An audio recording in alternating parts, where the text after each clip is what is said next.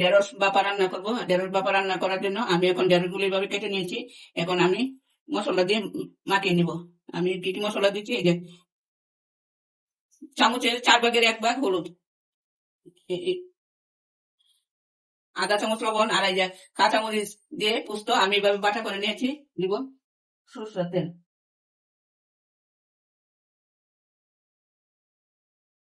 দিয়ে আমি এখন মাখিয়ে নিব।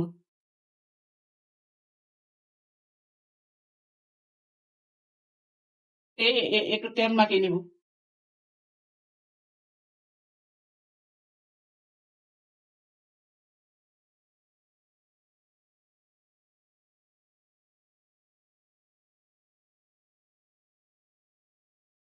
শিলপাটা ধুয়ে এবং এই মাখানো বাটিটা ধুয়ে আমি ওই যে এটা দিয়ে দিব উপরের দিকে, একটু সরষের তেল দিয়ে দিব।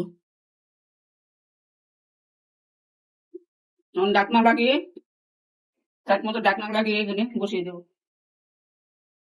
20 মিনিটের জন্য। এবং ঢাকা অবস্থা আমি ডেকে দেবো 20 মিনিটের জন্য। 20 মিনিট এইভাবে হয়ে গেলে আমার পাতুরি হয়ে বাপা হয়ে যাবে।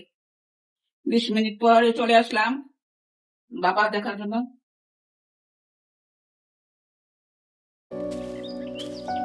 তুলে নিচ্ছি।